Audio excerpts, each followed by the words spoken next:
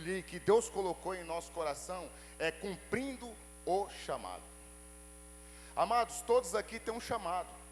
Não adianta você estar aqui sentado dizendo ou pensando, Deus não me chamou para nada. Olha, Deus nunca chamou ninguém para não fazer nada. Todas as vezes que o Senhor chama alguém na sua palavra, Ele chama alguém que está ocupado. Deus nunca chamou um desocupado. Ele sempre chamou uma pessoa ocupada, uma pessoa que trabalha. Então, amados, se você se encaixa nessas características, pode ter certeza que você tem um chamado a ser cumprido na casa de Deus. Amém? Eu quero que você abra a sua Bíblia no livro de Jonas, capítulo 1. O livro de Jonas ele é bem pequeno, ele só são 4 capítulos. Nós vamos estar lendo do versículo 1 ao versículo 9. Jonas, capítulo 1, o versículo é de 1 ao 9. Eu vou ler aqui com os irmãos. E veio a palavra do Senhor a Jonas, filhos de Amitai, dizendo: levanta-te, vai à grande cidade de Nínive e clama contra ela, porque a sua malícia subiu até mim. E Jonas se levantou para fugir de diante da face do Senhor, para Tarsis. E descendo a Jope, achou um navio que ia para Tarsis. Pagou, pois, a sua passagem e desceu para dentro dele, para ir com eles para Tarsis, de diante da face do Senhor. Mas o Senhor mandou ao mar um grande vento, e fez-se no mar uma grande tempestade, e o navio estava para quebrar-se. Então temeram os marinheiros, e clamavam cada um a seu Deus, e lançavam no mar as fazendas que estavam no navio, para o aliviarem do seu peso. Jonas, porém, desceu aos lugares do porão, e se deitou e dormia um profundo sono. E o mestre do navio chegou-se a ele e disse-lhe: que tens, dormente? Levanta-te, invoca o teu Deus, talvez assim Deus se lembre de nós, para que não pereçamos. E dizia cada um a seus companheiros: vinde e lancemos sorte, para que saibamos por que causa nos sobreveio este mal. E lançaram sorte, e a sorte caiu sobre Jonas. Então lhe disseram: declara-nos tu agora, por que razão nos sobreveio este mal? Que ocupação é a tua? E de onde vens? Qual é a tua terra? E de que povo és tu? E ele lhe disse: eu sou hebreu, e temo ao Senhor, o Deus do céu, que fez o mar e a terra seca. Ó Deus amado, Deus querido, meu Deus, que essa palavra que o Senhor tem nos dado edifique a tua igreja. Meu Deus, que abra os céus nesse lugar, para que a tua palavra entre em nosso coração e profundidade e crie raiz. E que teu nome seja glorificado nessa noite, para todos sempre. Meus irmãos, a história do profeta Jonas, ela é conhecida de todos nós. No capítulo de número 14 e 15 do livro de 2 Reis, lá vai mostrar para nós um panorama da história desse profeta. Jonas, quem já teve a oportunidade de ler o capítulo 14 e 15 do livro de 1 Jonas, vai constatar que ele se tornou um profeta político, um profeta ideológico, um profeta nacionalista. Eu não quero aqui tomar tempo fazendo uma introdução muito extensa, eu já quero aplicar no coração da igreja aquilo que Deus ministrou no meu coração. No livro de Jonas, capítulo 1, a Bíblia diz que o Senhor vira para o profeta e diz o seguinte: levanta-te, vai até Nínive, aquela grande cidade, e clama contra ela. A Bíblia diz, amados, que Jonas se levanta, mas ele não se levanta para obedecer a Deus. Ele se levanta para fugir da presença do Senhor. Quando a gente observa esses primeiros versículos, a gente nota que o texto ele é um pouco cômico, amados. ele é um pouco engraçado. Porque, agora, por que ele é cômico, é um pouco engraçado? Porque Deus vira para o profeta e diz assim, ó, levanta-te, e ele se levanta. Porém, ele não se levanta para fazer a vontade de Deus. Ele se levanta para fugir da presença de Deus. Diz a Bíblia, amados, que ele desce até Jope. E quando ele chega em Jope, já tem um navio de partida. Olha que interessante. E esse navio, amados, tem um destino. O destino desse navio é a cidade de Tarsis. Agora vamos pensar um pouquinho comigo aqui. Tarsis, amados, para quem não sabe, no tempo bíblico, ficava no sul da Espanha. E essa viagem de navio até Tarsis era uma viagem de aproximadamente 1 ano de viagem. 1 ano inteiro navegando até chegar nessa cidade. Agora imagina, que cruzeiro lindo, que coisa maravilhosa. O irmão vendo as ilhas, os arquipélagos, as praias. Para nós que residimos aqui no Brasil, amados, era como se nós comprássemos uma passagem e fôssemos para a Noruega, para a Antártica, para o fim do mundo, para sair da presença de Deus. A princípio, amados, esse plano de Jonas de fugir de Deus está dando certo. E já tem até um navio pronto para essa partida. Ele quer fugir de Deus e já tem até um transporte preparado. E quantos de nós temos um chamado, temos uma vocação e queremos fugir desse chamado? Sabe-se você que quando você faz isso ou pensa isso e coloca isso no seu coração, o diabo já vai preparar o transporte para você sair desse chamado. O diabo já vai deixar tudo pronto para que você saia da presença de Deus. Parece até uma coisa maravilhosa. Você fala assim, Deus está nesse negócio aí, está tudo dando certo. Eu não quero saber desse negócio de ser líder de célula, não. Não, esse negócio de ficar em rede está por fora. E o diabo já vai te dar a saída, o escape. Interessante que ele compra essa passagem e embarca. Aí, amados, eu aprendi algo interessante aqui. Eu aprendi que comprar passagem e entrar no navio é uma coisa. Porém, chegar até o destino é o X da questão. Porque quem tem chamado, amados, não tem para onde fugir dele. Quem tem um chamado, não tem como fugir dessa vocação. Olha o que Davi diz no Salmo 139.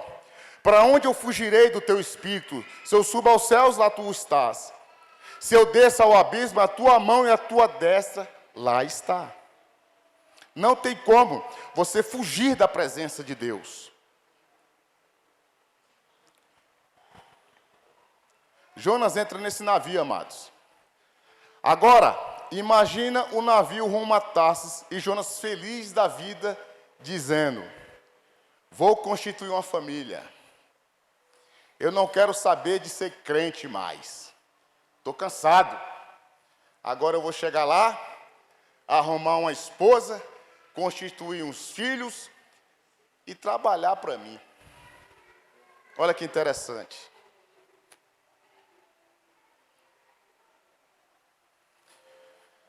Amados,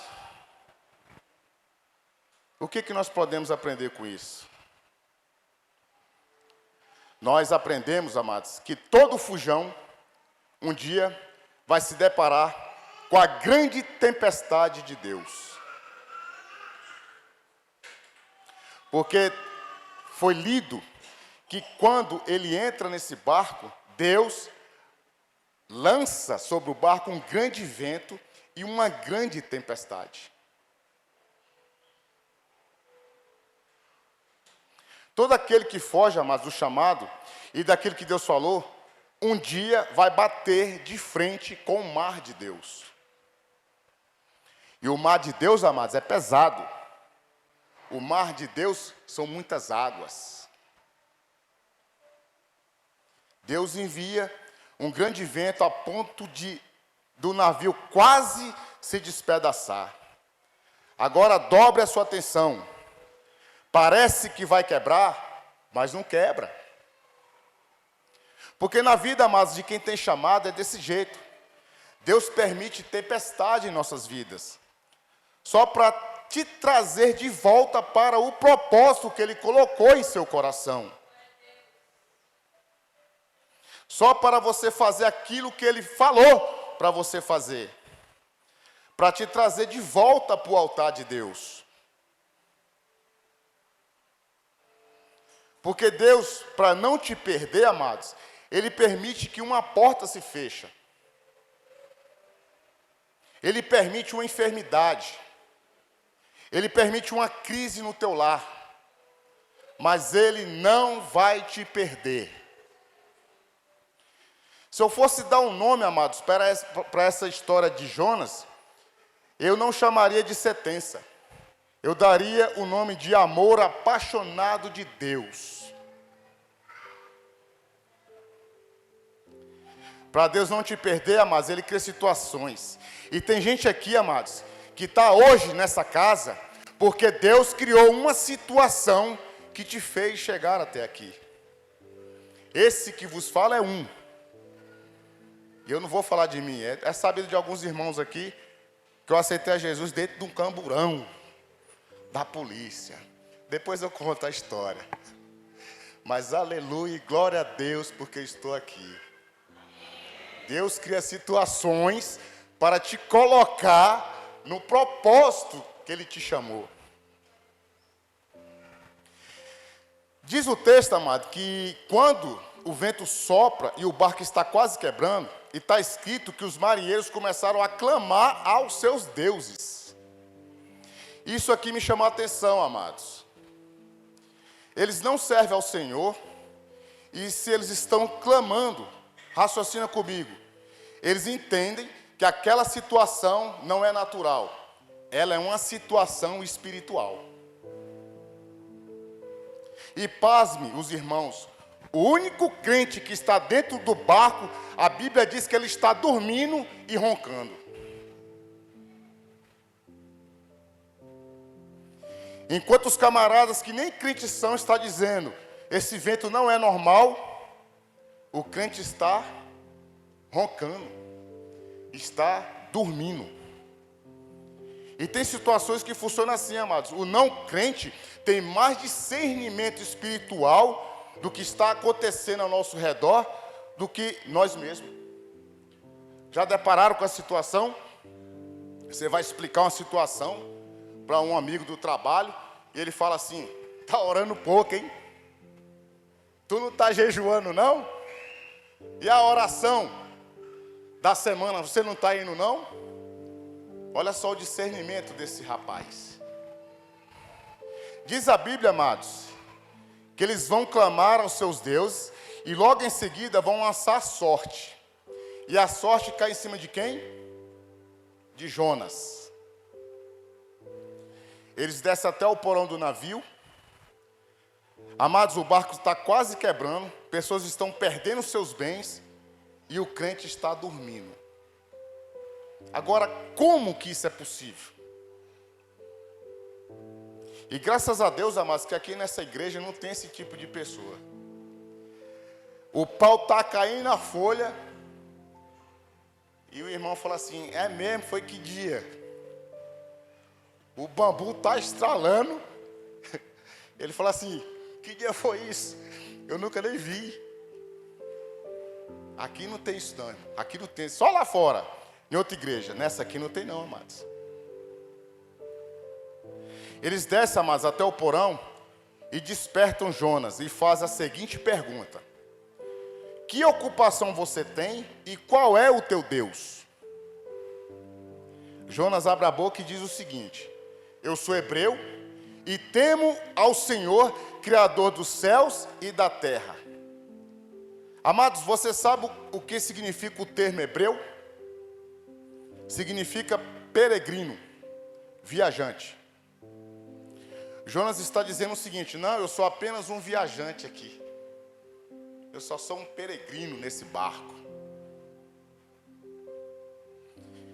E outra, ele diz: eu temo a Deus. E olha a contradição aqui, amados. Se ele teme a Deus, não era para ele estar lá em Nínive, pregando?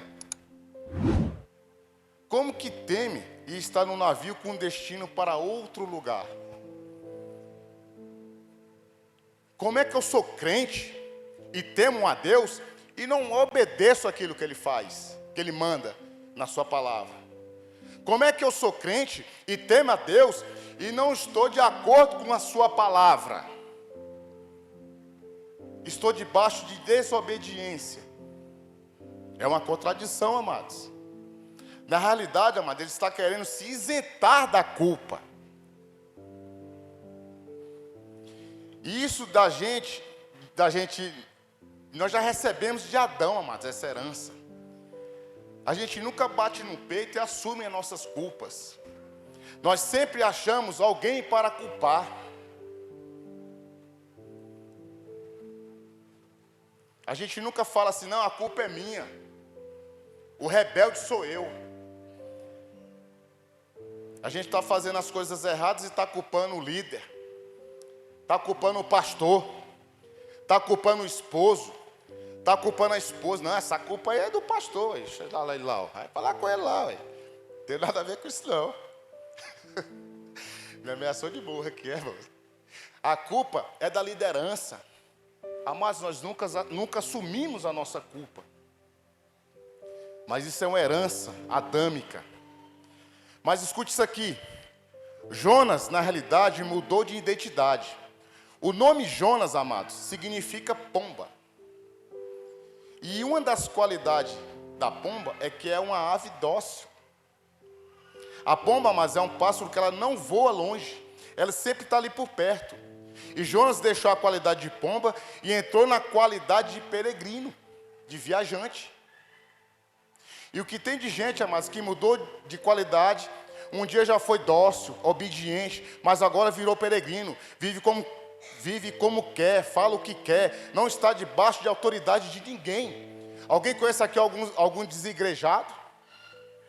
Diz que é crente, mas não vai para a igreja. Diz que é crente e fala: não preciso de estar debaixo da autoridade de ninguém. Eu não preciso de estar cultuando a Deus em lugar nenhum. Amados, quem criou a instituição igreja foi o nosso Senhor Jesus. E se Ele criou essa instituição igreja, é para que eu e você sejamos inseridos nesse lugar. E possamos cuidar um dos outros. E amar um aos outros. Então todas as vezes que eu vou conversar com alguém que fala: eu sou crente, mas irmão, está congregando? Não, estou sem congregar. Eu já dou um passo para trás. Fala: irmão, como é que é isso? Foi, você não leu a Bíblia certa. Ele falou assim para mim uma vez, um colega. Eu falei: amado, que Deus tenha misericórdia da tua vida. Amado, Jonas quer se isentar da culpa. Mas tem um tribunal que não dá para fugir. É o tribunal da consciência. Ele pode até mentir para os homens, mas não dá para mentir para si mesmo. A consciência começa a gritar, a culpar, a dizer: você está errado. Deus sabe, amados, da nossa realidade lá no íntimo. A consciência de Jonas passa tanto que ele vira está tão grande que ele pede para o mar, ele olha para os marinheiros e diz assim: ó, me lança no mar, que essa tempestade vai acalmar-se, que esse vento vai acabar. Amados, a Bíblia diz que quando ele é lançado ao mar, está escrito que Deus providencia um grande peixe para o engolir. Uma vez eu estava conversando com a pessoa e falei sobre isso. Ele falou para mim assim: é impossível uma pessoa ser engolida por um peixe e ficar vivo. Eu falei, nos olhos humanos é impossível mesmo. Mas pela fé eu acredito que ele ficou 3 dias e 3 noites na barriga do peixe. Pela fé eu acredito que o machado flutuou. Pela fé eu acredito que irmãos foram trasladados de uma cidade para outra. Pela fé eu acredito que há ressuscitação. Pela fé eu acredito que o sol parou. Amados, é pela fé. E se a Bíblia dissesse que Deus colocou os animais da arca numa caixa de fósforo, eu ia acreditar. Que é pela fé. Amém, amados? Amados, esse negócio de fugir de Deus é um problema muito sério. Quem foge de Deus, irmão, não sobe. Quem foge de Deus só desce. E eu vou te provar no texto. Jonas, ele desce de sua casa, que está lá na Galileia, e vai para Jope. De Jope, amados, ele desce para dentro do navio. De dentro do navio, amados, ele desce para o porão do navio. Do porão do navio, ele desce para o mar. Do mar, ele desce para a barriga do peixe. E da barriga do peixe, ele desce para o mais profundo abismo do mar.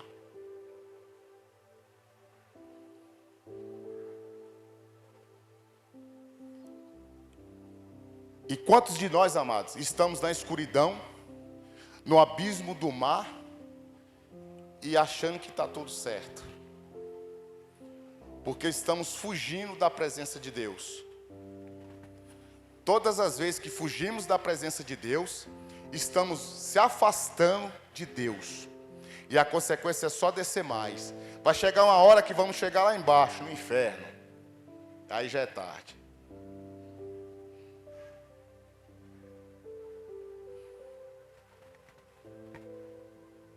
Enquanto mais fugimos, amados, da presença de Deus, mais nos afundamos. Eu aprendi uma coisa aqui, amados. Quem foi chamado para viver no altar, nunca se sentirá realizado em outro lugar. Diga para teu irmão, Deus não te chamou para descer. Com força, irmão, bota pressão. Deus não te chamou para descer. E hoje é dia, amados, de você assumir de volta o teu chamado, a tua vocação. Amados, Deus providencia um grande peixe. E o termo providencia é pesado. Não sei se você vai continuar dando glória a Deus. O termo providencia significa nomear um servo. E a criatura que Deus está nomeando, amados, não é um ser racional. É um ser irracional. Ou seja, tem dias, amados, que Deus conta com um bicho, mas não conta comigo e nem contigo. Deus diz assim, ó, quero um servo, e levanta o animal irracional. Eu imagino, amados, Deus procurando um servo, e o peixe balançou a barbatana e disse assim, eu estou aqui, Senhor. É o que o Senhor quer? Ele fala assim, eu quero que tu engole um rebelde que tem bem ali. Eu quero que tu engole um desobediente que tem bem ali. Amados, olhe para cá. Eu não sei se esse peixe está em extinção, hein?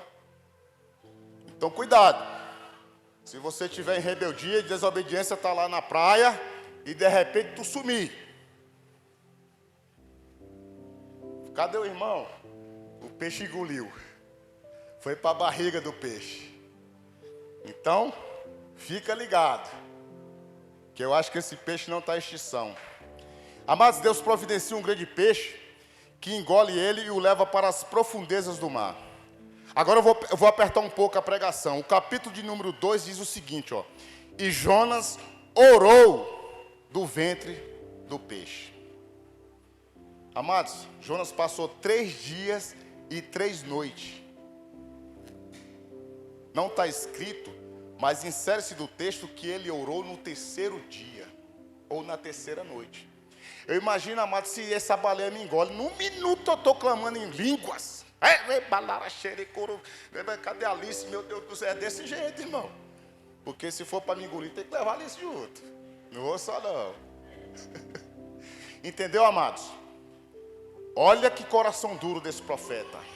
No 3º dia, ele orou para Deus. Jonas não ora para sair de casa, Jonas não ora para comprar passagem, ele não ora no navio, ele não ora na tempestade. Mas quando um grande peixe o engole, aí ele ora. E a minha pergunta para você essa noite é o seguinte: por que você não está orando ainda? Por que você não está fazendo se você tem as duas pernas aí? Por que você não está falando se a sua língua está aí? Por que você não está inserido numa célula se as células estão aí? Por que você não está inserido numa rede se as redes estão aí? Está esperando o quê? Ser engolido por um peixe? Vai esperar as coisas acontecer pesado para depois começar a orar? Por que você não está ajudando na obra de Jesus? Amados, você tem saúde, a porta está aberta, não fique esperando descer o mais profundo abismo, não. Tem gente achando que Deus sofre de amnésia, amado, achando que Deus esqueceu das promessas feitas aqui nesse altar. Quando nós passamos por provações, nós chegamos aqui nesse altar e fazemos promessa para Deus. Deus, se você me desse livramento, eu vou te servir, de manhã, de tarde e de noite. Passa 2 dias, cadê as promessas? Lembro da minha mãe que estava morrendo no hospital. Minha mãe, para quem não sabe, é testemunha de Jeová. E eu falei, minha mãe vai morrer, não vai aceitar Jesus, vai para o inferno, eu vou ter que ir lá. Cheguei lá e falei, mãe, a senhora aceita Jesus? Eu aceito tudo, meu filho. Jesus, eu nunca mais vou falar contra essas coisas. E aquele negócio, eu falei, pronto, a mãe se converteu. Rapaz, ela chegou em casa, não foi um mês. Começou a profanar. Esqueceu da promessa que fez. E somos bons para cobrar de Deus. Senhor, cadê a promessa? O Senhor não me falou que eu ia ter aquele emprego? O Senhor não me falou que eu ia me casar? O Senhor não me falou que eu ia ter um ministério? Né? Somos bons para cobrar. E Deus está te perguntando nessa noite: e o que você me prometeu? Você se lembra? Não fez por quê?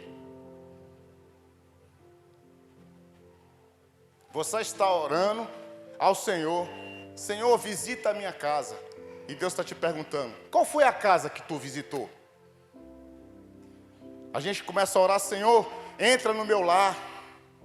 Qual é a casa que você está cobrindo em oração?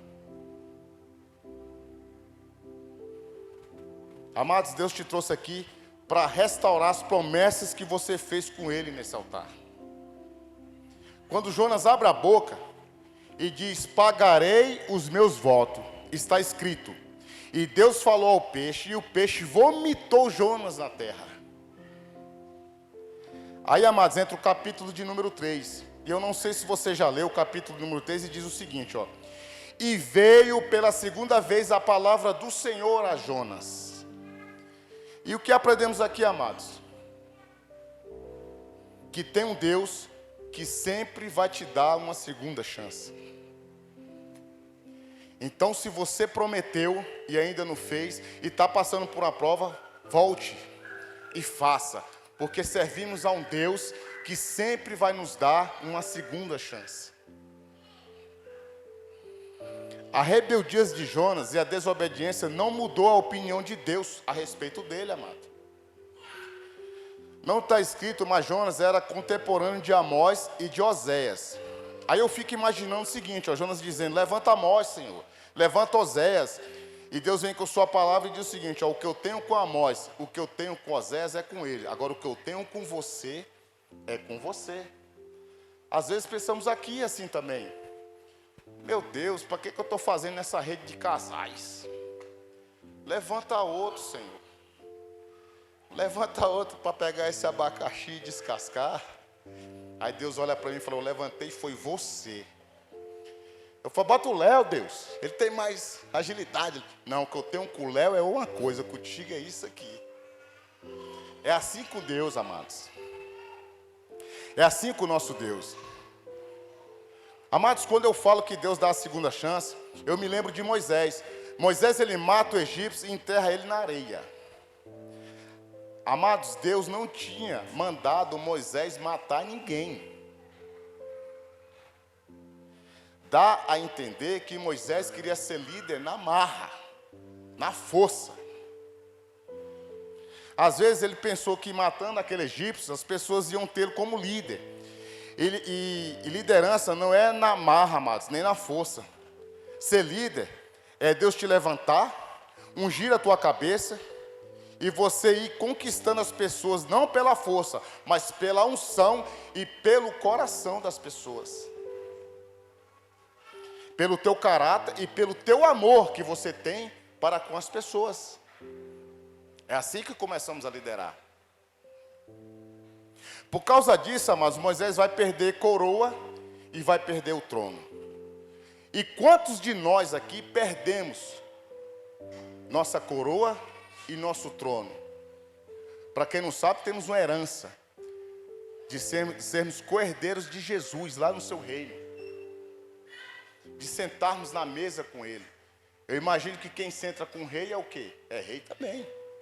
E às vezes perdemos a nossa coroa, perdemos o nosso assento por conta de besteira, porque queremos fazer as coisas na marra de qualquer jeito.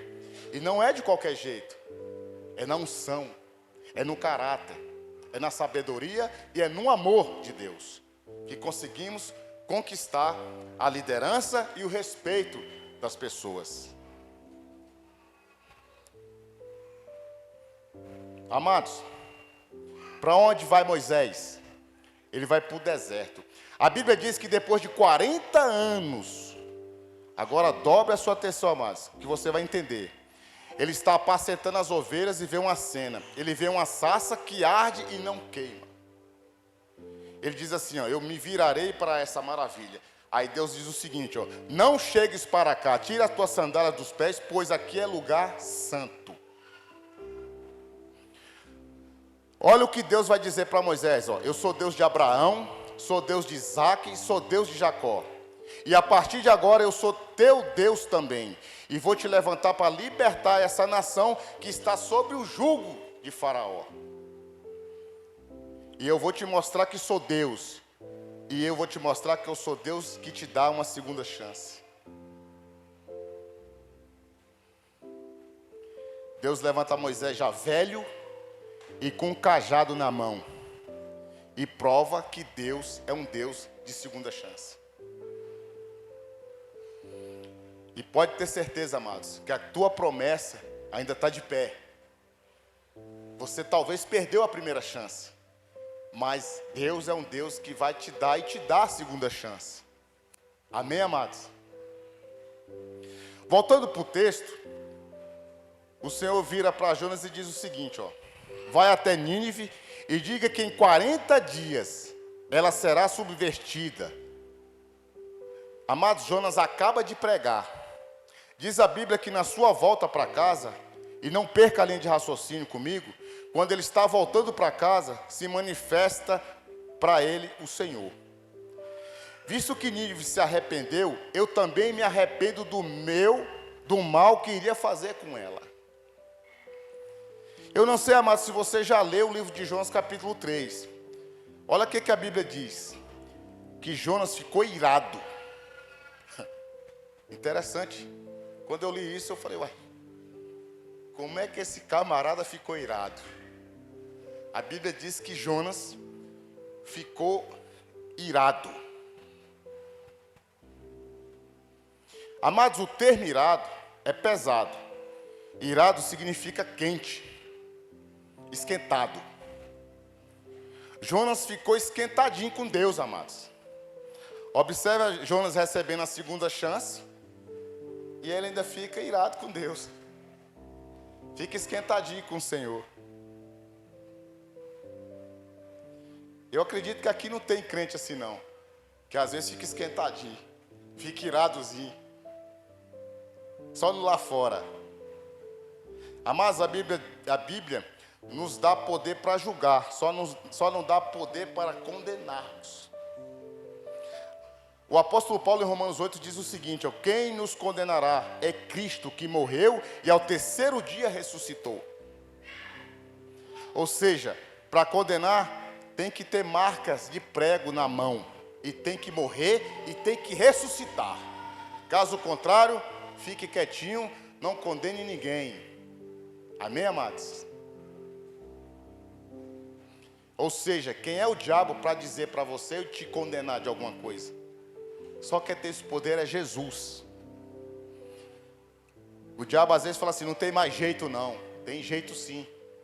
Ah, não vai dar certo. Vai dar certo sim. Ah, isso aqui está falido. Tá não. Ah, isso aqui morreu. Não, Deus ressuscita. E tem gente, amados, que acha que merece. E aqui não é mérito, aqui é graça. E graça é isso aqui, ó. Eu não mereço estar pregando, mas Deus me deu graça para pregar. Eu não mereço estar tocando, mas Deus me deu graça para tocar. Tu não merece ser pastor, mas Deus te deu graça para ser pastor. Tu não merece liderar, mas Deus te deu graça para liderar. Não merecemos, é pela graça. É pela graça, amados. Jonas está irado. Jonas está esquentadinho com Deus. E eu não sei se você já leu também o capítulo 4. Eu já estou terminando a minha fala. Já estou caminhando para o fim. No capítulo de número 4, amados, ele vira para Deus e diz o seguinte, ó. Era por isso que eu estava fugindo. Porque eu sabia que tu és um Deus misericordioso. E em outras palavras, amado, Deus está dizendo o seguinte, ó. Eu sei que o Senhor é um Deus de coração mole. Que o Senhor não consegue suportar um coração contrito. Um coração arrependido. Por isso que eu estou fugindo. Se fosse eu, matava todo mundo. A vontade de Jonas era essa, amado. De matar todo mundo. Davi diz em Salmos que um coração quebrantado e contrito não rejeitarás o Senhor. O problema de Jonas, amados, é que ele só pregou. Ele não viu o resultado. O resultado da pregação dele, amados. O resultado da pregação de Jonas é que todos daquela cidade foram para o joelho e entraram em jejum. Agora olhe para cá.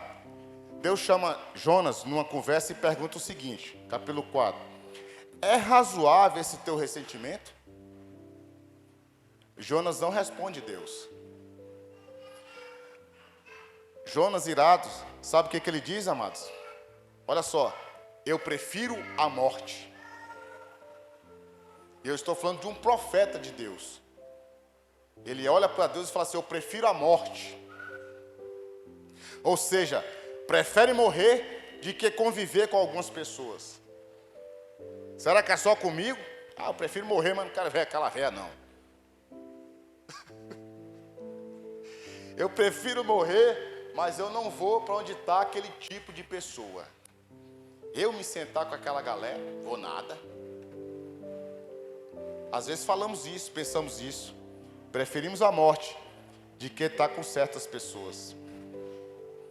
Até clamamos, Senhor, mata logo esse povo, mata logo, destrói logo, acaba com isso. Jonas preferiu a morte do que ver aquela nação viva de pé. Agora, olha o nível de aceitação, o nível de mágoa desse profeta. Aí Deus, amados, ele é tremendo. Não perde a linha de raciocínio comigo aqui não.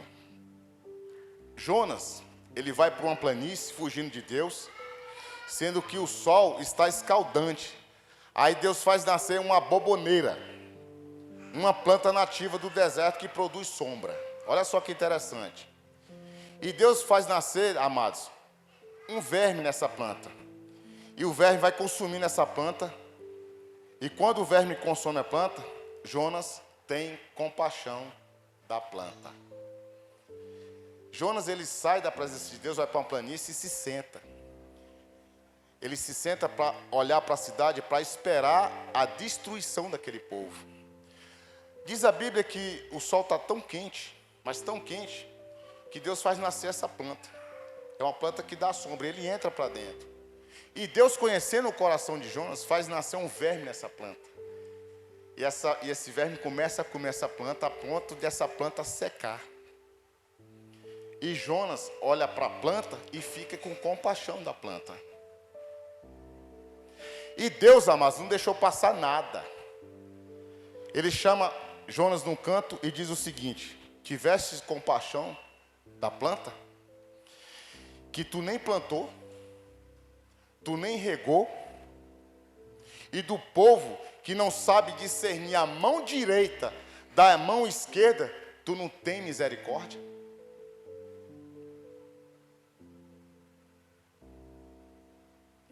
Agora, amados, vai apertar um pouquinho, mas eu vou falar. É fácil eu ter pena ou compaixão do que me dá sombra, amados. Eu quero ver ter pena e misericórdia de quem levantou um falso contra mim.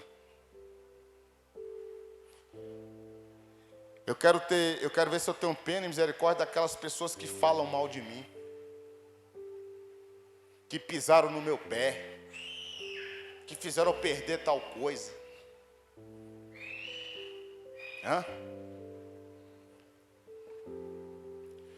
E Jesus disse isso aqui, ó: se eu amar quem me ama, os hipócritas também fazem isso. E se eu abençoar quem me abençoa, os fariseus também fazem isso. Mas eu vos digo, orai por aqueles que vos perseguem, bendizeis os que te maldizem e amai os vossos inimigos. Isso é evangelho, amados. É partirmos para essa condição de abençoar quem nos amaldiçoa, de falar bem daqueles que falam mal da gente e orar pelos nossos inimigos. Eu acho que quando um crente ora pelo seu inimigo, ele já está lá querubim, já passou da promoção. Mas esse é o evangelho de Jesus, esse é o exemplo, amados. Jonas, ele não aprendeu com um barco quase quebrando, não aprendeu com o grande peixe. Quando grandes coisas não nos ensinam, amados, Deus usa pequenas coisas para nos dar grandes lições. Amém? Quem sabe, amados, Deus vai ter um vermezinho para usar na tua vida, para te colocar nos eixos. Amados, muitos de nós temos mais compaixão das coisas do que com as pessoas. Jonas preferiu ter compaixão de uma árvore do que ter compaixão, e está escrito, de 120 mil pessoas. E a Bíblia fala que não sabiam discernir a mão direita da mão esquerda. E você acha que mudou o cenário, amados? Lá fora, está cheio de pessoas assim, sem discernimento de espírito, sem saber o que é Deus, sem saber quais são as promessas do Senhor, vivendo de qualquer jeito. E nós olhamos para essas pessoas e dizemos assim: Senhor, volta logo, limpa logo esse chão, me leva para o céu. Você acha que falando isso, amado, Deus está contente? Deus se agrada dessas palavras? Sendo que a palavra é: Senhor, tenha misericórdia desse povo. Demora mais um pouquinho para que eles possam ser salvos. Tem crente, amados, que fica clamando para Deus voltar. E nem sabe ele se Jesus voltar, abestado vai ficar, moço. É doido. Então, tenha calma, não fique clamando, eu volto logo, porque senão ele volta, tu fica, irmão. Vamos se consertar primeiro. Devemos ter compaixão das pessoas. Amados, coisas é para serem usadas e pessoas para serem amadas. E tem gente, amados, que está amando mais as coisas do que as pessoas. Fique sabendo, amados, que se teu carro quebrar, quem vai empurrar são pessoas. Se tua casa encher de lama no enchente, quem vai tirar as lamas lá são pessoas. Se tu passar mal e cair no chão, quem vai te resgatar são pessoas. São pessoas, são almas. E olha o que a ideologia faz, amados. Prefere ver plantas de pé do que pessoas. E o mundo hoje está cheio dessa ideologia barata, amados. Eu até quero trabalhar na rede de casais, mas com o irmão Daniel não vai dar não, porque ele é muito chato. Ideologia, amados, é para Jesus, é para o reino. Eu até queria entrar no louvor, mas O irmão Léo é muito chato. E eu vou entrar no louvor que eu vou aprender a cantar. Em nome de Jesus. Amados, nossa igreja, ela é constituída de células e de redes. E eu te desafio, amado, se você não faz parte de uma célula, se insira numa célula. Ajude a liderança daquela célula a cuidar de pessoas. Ajuda no lanche, ajuda na recepção. A nossa célula é constituída de rede de criança, rede de jovem, ministério do louvor e rede de casais. Amados, entra em alguma rede dessa aí, nos ajude. Nos ajude. Tem hora que eu e a Alice está para endoidar. Nós estamos já nesse nível agora há pouco nós temos que fazer um negócio aí, não sei como é que vai ser.